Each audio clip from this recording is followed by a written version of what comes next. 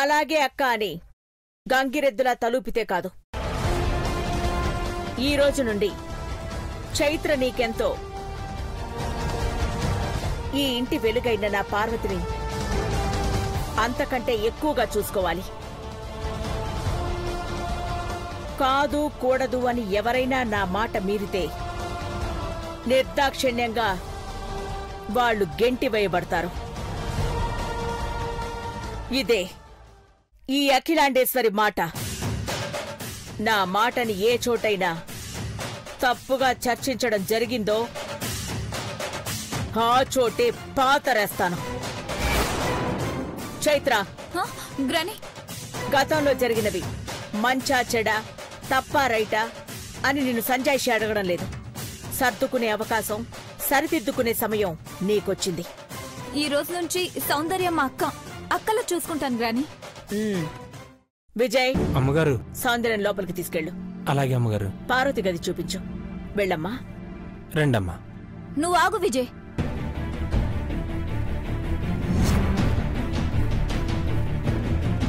అంటే అది కాదు గ్రాని. విజయ్ ఎందుకు? సౌందర్యాన్ని నేను తీసుకెళ్దామని ఇప్పుడే చెప్పాను కదా, అక్కలా చూసుకుంటానని. రా అక్క, పద రా.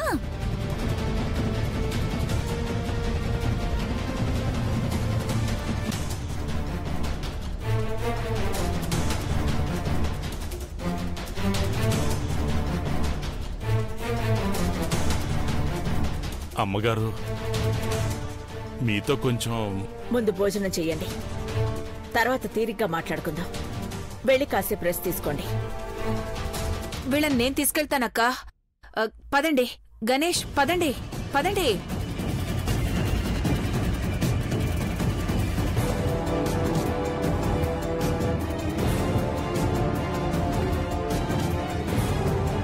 శేఖర్ మేడం, నేను రమ్మనగానే నా మీద గౌరవంతో ఆ కుటుంబం అంతా ఇక్కడికొచ్చారు గాని దేనికో ఎవరికో భయపడుతున్నారు. ఆ భయం వెనకున్నదెవరో బయటికి లాగాలి. లాగుతాను. వారికి భయం లేకుండా చెయ్యాలి. చేస్తాను. మంచివారికి ఎప్పుడూ మంచి జరుగుతుంది మేడం. నా పార్వతి నా కళ్ళ ముందు ఏ బాధ, ఏ భయమూ లేకుండా సంతోషంగా తిరుగుతుండడం నేను చూడాలి. చూస్తారు మేడం, తప్పకుండా చూస్తారు. ఈ పరిచయం లేని నన్ను చేరదీసి నాకు జీవితాన్నిచ్చారు. ఇప్పుడు మీ రుణం తీర్చుకునే సమయం వచ్చింది మేడం. మళ్ళీ మీరు పార్వతీ దేవాసారాలను చూస్తారు మేడం. దేవాసార రూపంలో ఉన్న ఆ వ్యక్తిని ఎక్కడున్నా పట్టుకుంటాను. పట్టుకుని మీ ముందుకు తెస్తాను.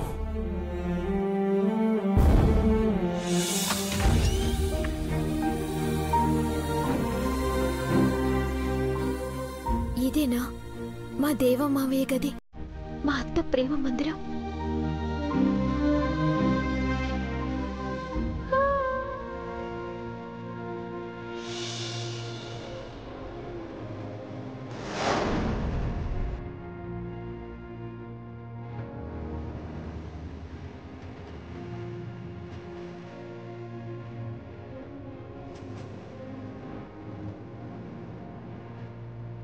మావయ్య, మీ ప్రేమ గురించి వింటుంటే మా అత్తయ్య ఎన్ని జన్మల పుణ్యం చేసుకుందో. మిమ్మల్ని చూడని నేను మీ ప్రేమను తెలుసుకోవాలని, మిమ్మల్ని చూడాలని నా మనసు తప్పించిపోతుంది. అది సాధ్యం కాదని తెలిసినా ఒక్కసారి మీ జంటను చూడాలనే ఆశ మాత్రం పోవడం లేదు. అత్త, నీ రూపంలో పుట్టిన నేను ఈ ఇంటికి వచ్చినట్టే మావయ్య రూపంలో పుట్టిన అభిని కూడా ఈ ఇంటికి తీసుకొస్తాను. అనాథలా ఉన్న అభి ఆ అఖిలాండేశ్వరి అమ్మగారికి మనవడిగా ఈ ఇంట్లో అడుగు పెడితేనే మళ్ళీ మా జన్మకు, మా ప్రేమకు ప్రాణం పోసినట్టు. మీ ప్రేమకు మరణం లేదని మా రూపంలో మీ ప్రేమ మరో చరిత్రను సృష్టిస్తుంది.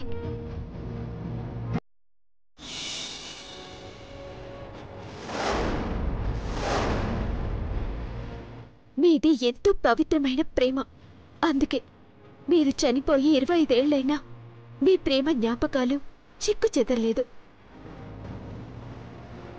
పార్వతత్త దేవాలయంలో పూజించిన ఈ ఇంట్లో ఇప్పుడు దేవుడు లేడు. అభిని తీసుకురావాలి.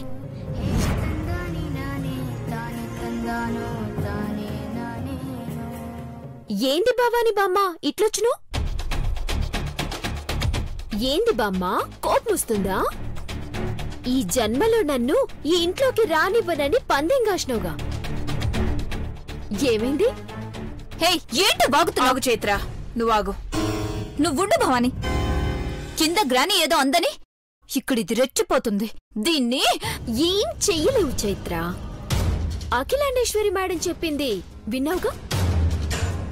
ఈ ఇంట్లో మన పవర్ ఏంటో అర్థం కాలేదా? ఎక్కడ్నుంచో ఇక్కడికి నిన్నొచ్చిన దానివి. నేను ఇంట్లో పుట్టి పెరిగాను. నీకన్నా ఎక్కువే అధికారం ఉంది నాకు ఇంట్లో.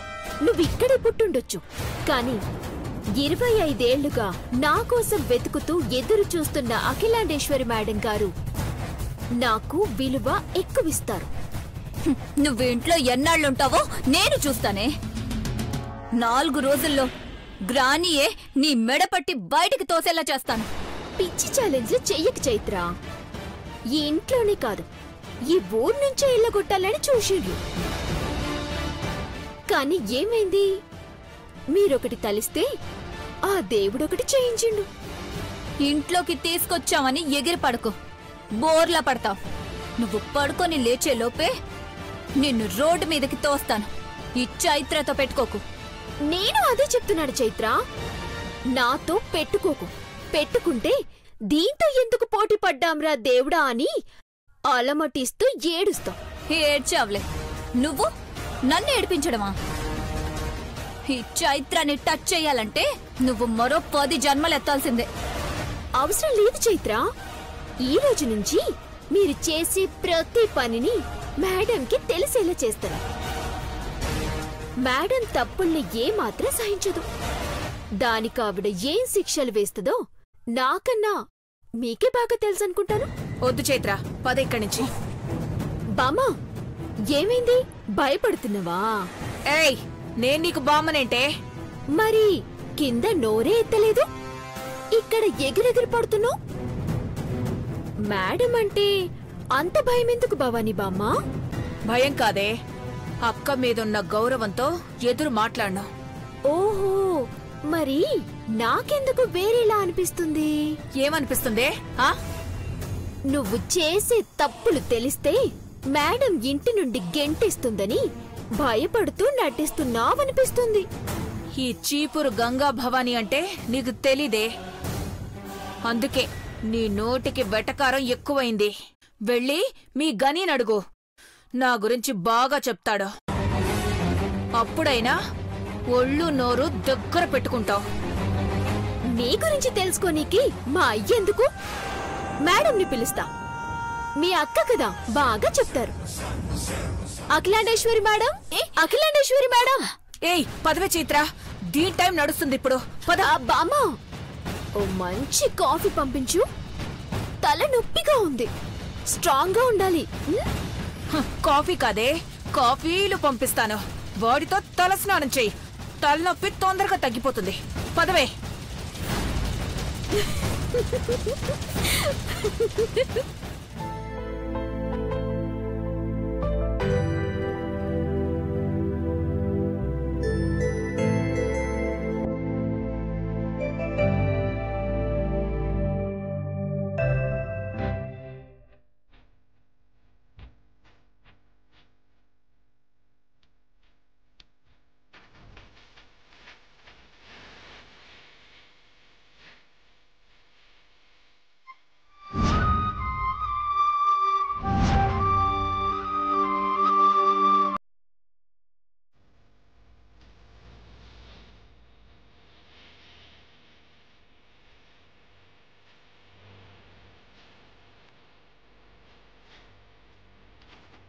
పాతికేళ్లుగా నేను పడిన ఆవేదన, మీ గురించి నేను అనుభవించిన మనోవేదన ఎవరికి చెప్పినా అర్థం కాని ఆరాటం నాది. ఇంటి నుండి కష్టాలెదురైనా, ఎదుటి నుండి సమస్యలు ఢీకొన్నా, బయట నుంచి అడ్డంకులు ఆపినా, దేన్ని లెక్క చేయని నా సంకల్పం సిద్ధించే ఇలాంటి ఒక రోజు వస్తుందనే నా నమ్మకాన్ని నిజం చేశారు.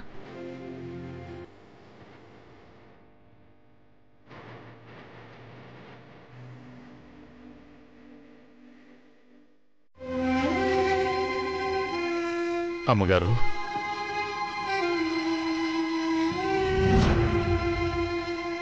చెప్పండి. మీరు నా కంటి వెలుగుని చీకటి చేసి ఈ ఇంటి ఆనందాన్ని కొల్లగొట్టి వెళ్ళినా, ఇన్నాళ్లకు మళ్ళీ పార్వతివై నా ఇంటికి వచ్చావు అంటే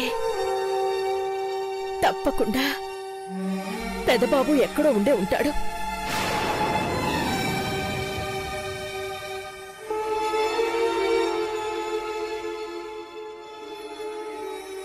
ఎక్కడున్నావు?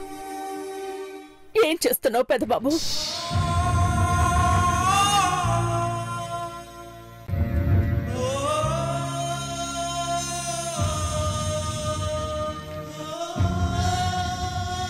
అమ్మగారు,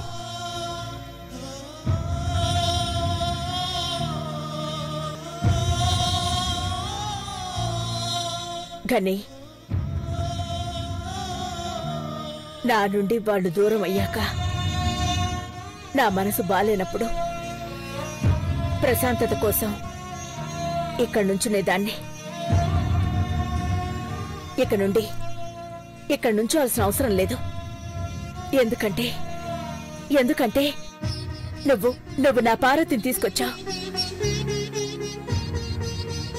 25 ఏళ్ల నా బాధని తొలగించావు.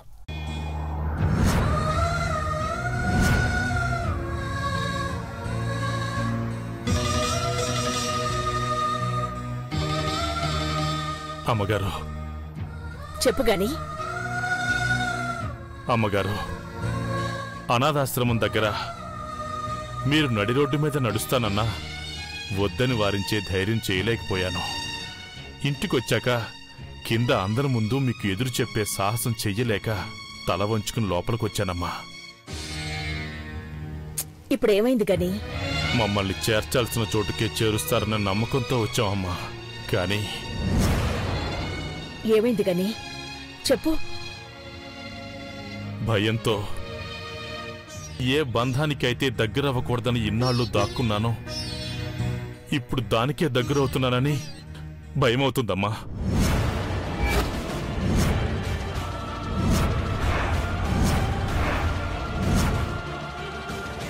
ఏం మాట్లాడుతున్నావు గని? మిమ్మల్ని చూడాలనిపించింది. రమ్మనుగానే వచ్చాను. చూశాను. ఇక వెళ్తామమ్మా.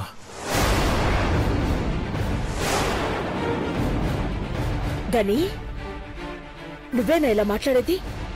అమ్మగారు, మిమ్మల్ని బాధ పెట్టాలని కాదమ్మా, మీకు భారం కాకూడదని, మా బతుకు మేం బతుకుదామని వెళ్ళిపోతామని అడుగుతున్నామమ్మా. వెళ్ళిపోతారా? ఏం మాట్లాడుతున్నావు గని? 25 ఏళ్ల కిందట నా పార్వతి నీకోసం పడ్డ తపన నాకు తెలుసు.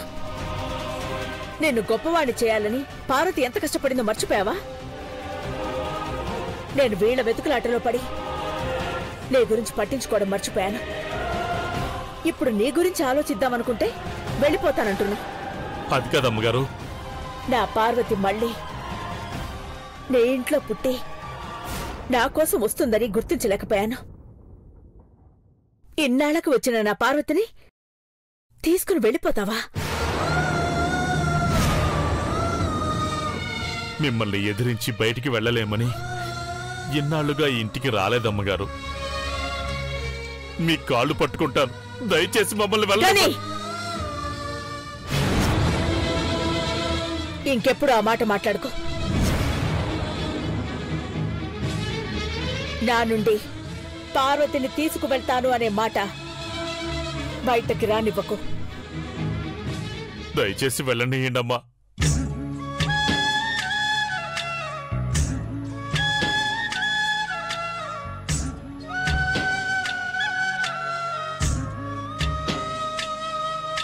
ఆ జన్మలో పార్వతి ఘట్టమనేని వంశానికి కోడలు, అంటే ఈ ఇంటి పెద్ద కోడలు. అప్పుడు నా పార్వతి ఈ ఇంటి పెద్దరికాన్ని గాని ప్రేమని గాని ఏమీ అనుభవించకుండా అర్ధాంతరంగా వెళ్ళిపోయింది. ఇప్పుడు ఈ జన్మలో కూడా సౌందర్య రూపంలో వచ్చిన పార్వతి ఈ ఇంటి కోడలే. ఖచ్చితంగా ఈ ఇంటి కోడలవ్వాల్సిందే.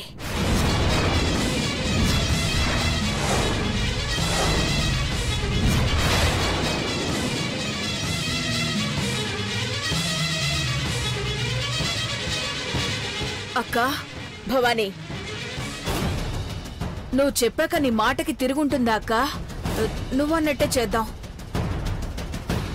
గని, నీ కూతురికి మహర్దశ పట్టబోతుంటే వద్దంటావేంటి? ఇవన్నీ చెప్పుకోవడానికి వినడానికి బాగుంటాయమ్మా. దేనికైనా అనుభవించే అదృష్టం కూడా ఉండాలి. మాకు అదృష్టం లేదు. అక్క అందలం ఎక్కిస్తానంటే అదృష్టం లేదంటావేంటి? పార్వతి ఆ జన్మలోనూ సౌందర్య ఈ జన్మలోనూ ఈ ఇంట్లో దీపం పెట్టాల్సిన కోడళ్ళు. ఇంకొకరికి అవకాశం లేదు. ఘని, నువ్వు భయపడుతున్నావు కాబట్టో ప్రాధేయపడుతున్నావు కాబట్టో కాదు, నాకనిపించింది చెప్తున్నాను. ఎలాగో వచ్చారు కదా, ఒక 24 గంటలు అంటే ఒక పూర్తి రోజు నా పార్వతిని నా కళ్ళ ముందుండనివ్వండి. ఆ తర్వాత నీ ఇష్టం. మీరు వెళ్తానన్న ఆపను. నేను అర్థిస్తున్నాను. అమ్మగారు, మిమ్మల్ని బాధ పెట్టాలని కాదు. అక్క చెప్పింది కదా 24 గంటలని. అంతసేపు కూడా ఉండలేవా? ఉంటానమ్మా. అమ్మగారి మాట నాకు వేదం.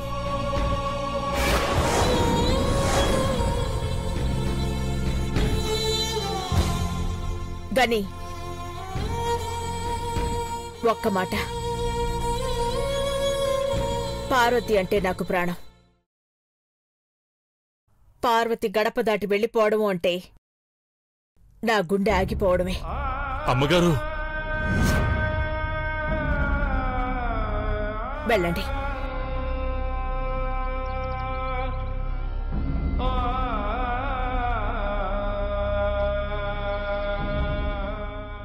ఆజ్ఞాపించాల్సిన చేతులు అర్థించడం ఏంటక్కా? అవసరం ముందుకొచ్చినప్పుడు ఆ దేవుడు కూడా అర్థించిన సందర్భాలు చాలా ఉన్నాయి భవానీ. అక్కా, భవానీ, గన్నీకి 24 గంటలు ఈ ఇంట్లో ఉండమని ఆజ్ఞాపించాను. కానీ 24 గంటల తర్వాత వాళ్ళకి వెళ్లాలనిపించకూడదు. అంటే అంటే ఏముంది భవానీ? గని మన హనుమంతు కొడుకే కదా. మనమంటే వాళ్ళకి ప్రాణం.